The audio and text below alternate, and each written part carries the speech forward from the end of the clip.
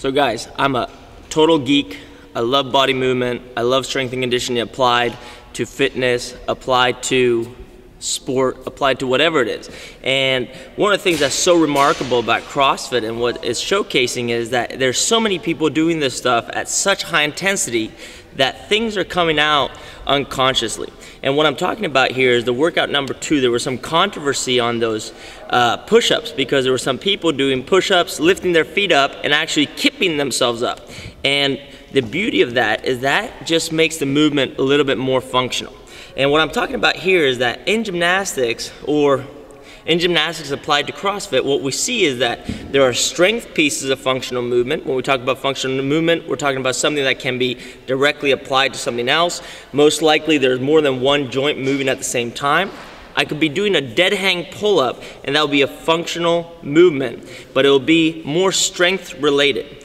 If I add a skill to that, which in the case of the kip is just a little bit of a swing or a tap swing, I can make that movement more functional, faster, and better. So I'm still doing the amount of work, I'm still moving long distances quickly, and using as many components as possible to make my movement better.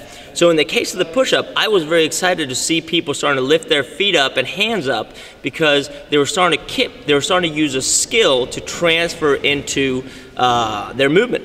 And when we were seeing those push-ups perform, what was happening is that just lifting your hands off the ground was hard. So people would lift their chest up.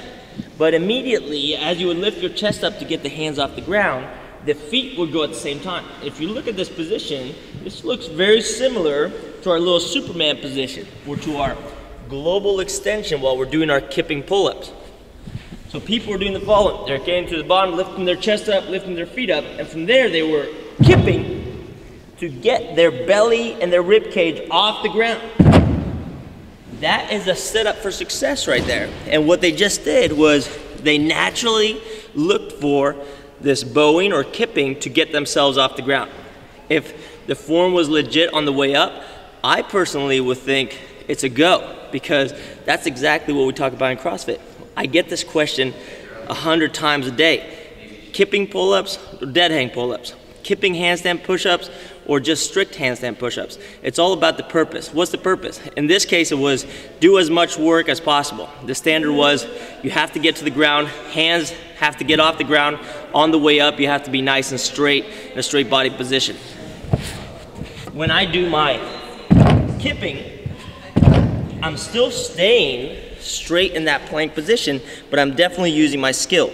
So skill applied to functional movement is key, and I believe that that's the beauty of what we do, because a lot of stuff is spotted and we can really start talking about movement from a different perspective. So fun stuff, kipping push-ups, why not? Let's get them rocking.